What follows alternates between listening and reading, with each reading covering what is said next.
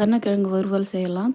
தோல் நீக்கின கருணக்கிழங்கு அரிஞ்சு வச்சது, கல் உப்பு மஞ்சத்தூள் போட்டு ஒரு 5 நிமிஷம் அரை வேக்காடு வேக வச்சுக்கலாம். ஒரு கிண்ணத்தில் மிளகாத்தூள், கார மிளகாத்தூள், வீட்டு மிளகாத்தூள் சேர்த்துக்கிறேன்.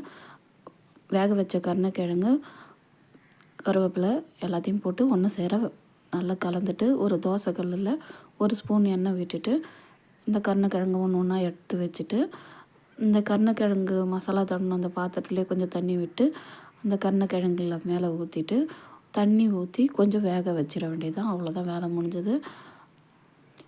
வேக வச்சுட்டு மூடி போட்டு வச்சிட வேண்டியதான். மூடியை திறந்து பார்த்தோன்னே நல்லா தண்ணிலாம் வற்றிருக்கும். அதை அப்படியே திருப்பி விட வேண்டியதான்.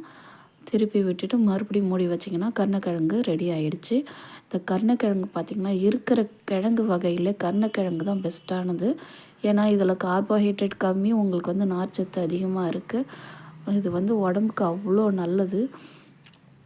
இது சீக்கிரமாகவும் செஞ்சு முடிச்சிடலாம்.